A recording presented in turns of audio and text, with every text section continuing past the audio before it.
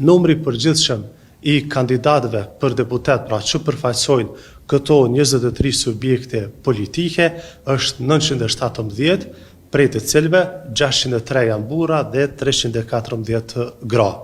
Sipas planit të miratuar nga ana e Komisionit Qendror të Zgjedhjeve, procesi i certifikimit të kandidatëve për deputet, pra të këtyre subjekteve politike, pritet të përmbyllet deri më datë 15 maj, por paraprakisht do të shqyrtohet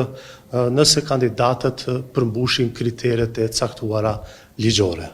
Gjatë periudhës 11 ditore, pra nga data 2 maj deri më 12 maj, KQZ ka pranuar listat e kandidatëve për deputet nga